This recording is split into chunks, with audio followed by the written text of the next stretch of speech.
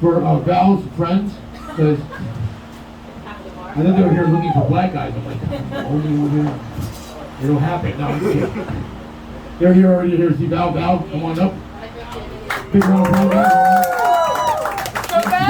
What's up? I'm back again. I was here last week, and it was really funny because sitting right there, we were talking about hinge dates. I had a hinge date. He was right there. We were making eye contact. And I was like, "Hey, what's up? How are you? Yeah, totally into comedy. Yeah." Then I come out here. I'm like, "Holy fuck, he's there." And he's just, I'm like, I'm telling my whole story. I'm like, I did tell you everything about me last time I was here. And he's not here this week, so I'm wondering if, he's like, I don't know if I want to meet that Val girl again. But anyway, long story short, my name's Val. I got to Hawaii in October. I'm super stoked to be here. I fell in love immediately. I look around, like, holy shit, everybody's like my uncle, my auntie, like, what the fuck? And then everyone, they're convinced, like, you're local, right? Like, what high school you go to? It's like Spring High School in Texas. They're like, what? You're from Texas? I was like, I know, it was terrible, man. I grew up in Texas, and people looked at me, they're like, what are you? I'm like, I'm a Filipino. They're like, what is that, like a type of pepper? I was like, no, it's an archipelago island on the Philippines, it's a couple of islands. You might hear of it. Or you could go in the hospital, and chances are there's a Filipino nurse wiping your ass. So you're welcome. I am the product of Filipino nurses. Shocking. And when I was growing up, I was like, I want to be a graphic designer, I want to be an engineer, I want to be an astronaut. What did I pick? Nursing. So I too am a Filipino nurse. Yes, thank you, professional ass opening. I just found out she was a nurse practitioner. We have been wiping a lot of ass this past year. The pandemic has been no joke, and everyone's like hurting. I can tell.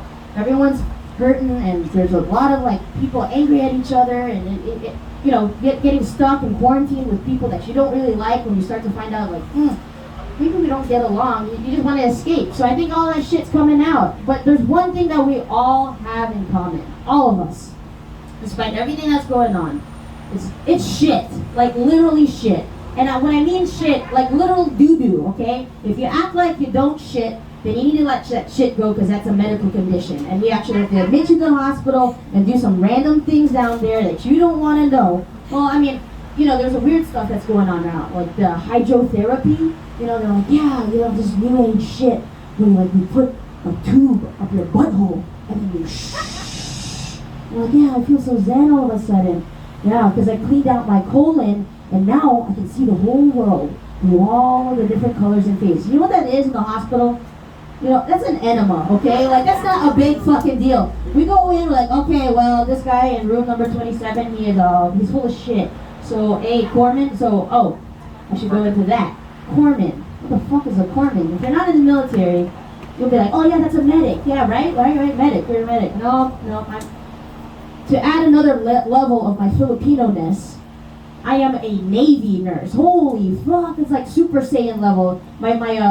When I first joined the Navy, I walked into San Diego and I looked around and I was like, holy fuck, everybody looks like me. I'm walking around Balboa, like, oh yeah, Filipino chief over there. What's a Filipino chief? What the fuck is that? Like, oh, the one with the anchor, they're walking around, hey, excuse me, what's your chit? Did you tell me your chit? What's my chit? What's that? I don't know what that is. And I had no idea that there was a huge history of Filipinos in the Navy.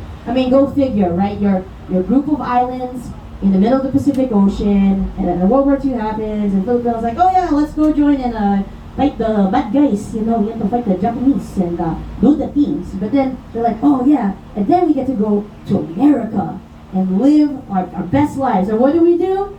We choose nursing. Yeah. So I'm happy to have done my job in nursing, because there's a lot of things that I've learned about people, about where you come from, having like empathy and feeling everyone. But the thing that I enjoy the most in my career so far in the Navy is I got to go on this survival school.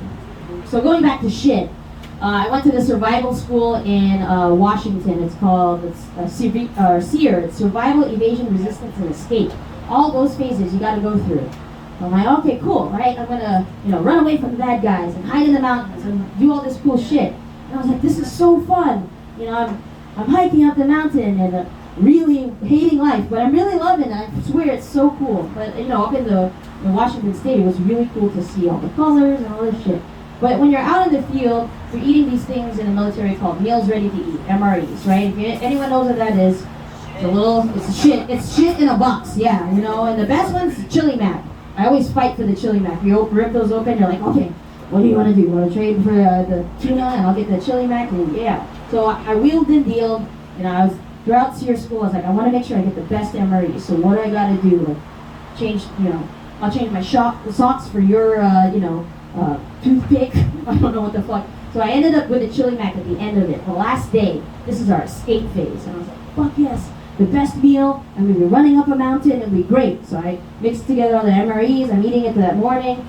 And all of a sudden they go, woo, get the fuck out of here. Let's go. I'm like, no, I'm eating my chili mac. No, this is the best meal. They're like, fuck, okay.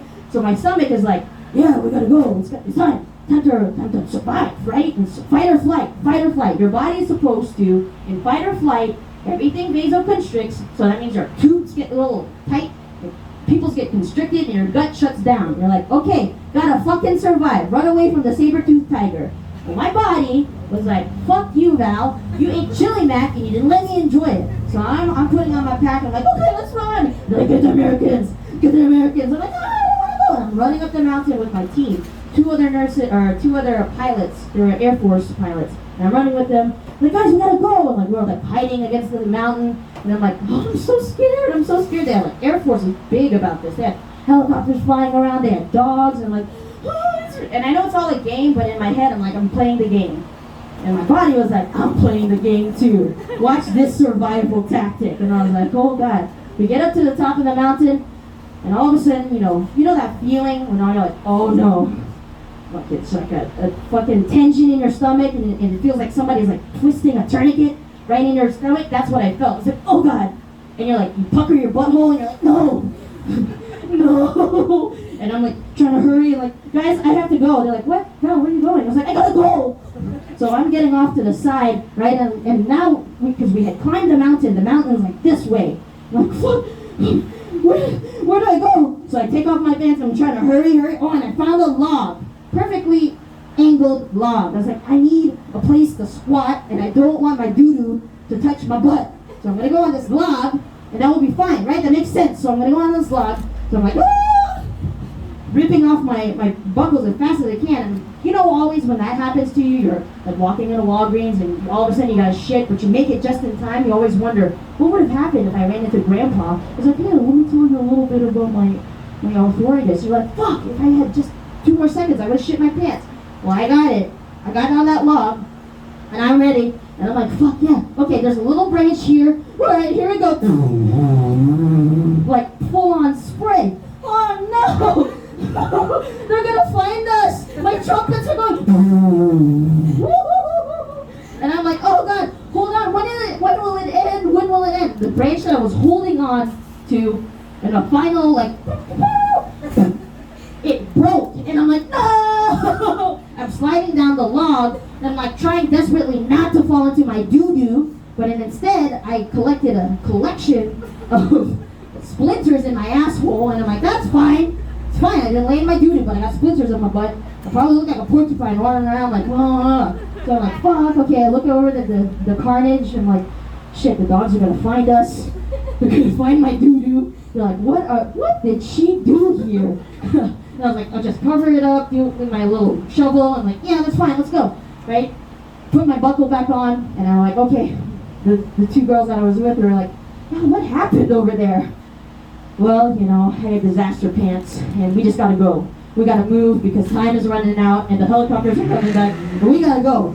So you're running, and I can just feel my splinters just rubbing against my butt cheek. I'm like, this is so terrible.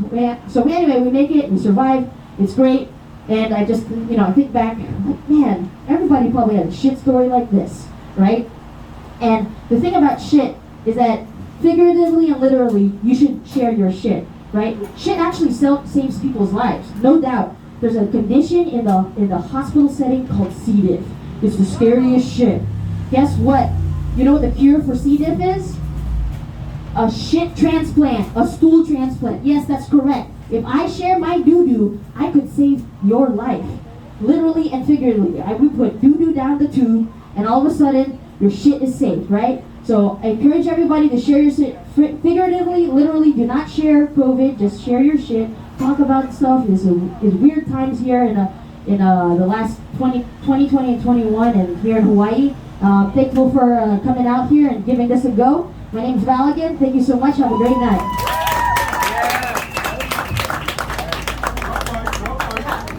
Yo, keep it going, keep it going. Damn, I gotta take a shit now. For real.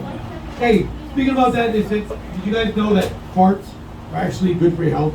Smelling them is good for your health. And the more pungent they are, the better. Something to do with the methane, and then it kind of gets, and I don't know, but I don't know if I wasn't feeling too good. But hey, Paco, you want to eat some of this cabbage, man? I'm not feeling too good, huh? No, that's disgusting. How many of you guys smoke weed out here? This audience, man. I do. You know, I've been smoking weed for a long time, so like I've been self-medicating, I guess, before they were like, oh, it's medical.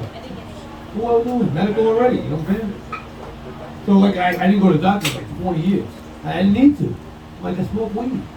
You got a headache, I'm gonna smoke some weed. You're depressed, I'm gonna smoke some weed. You know what I'm saying? Butt hurt? Nope, never that, but I will smoke some weed. You know what I'm saying? So anyway, I go and I'm in Connecticut. And I meet this lady over there, nice lady, right? She goes, you know,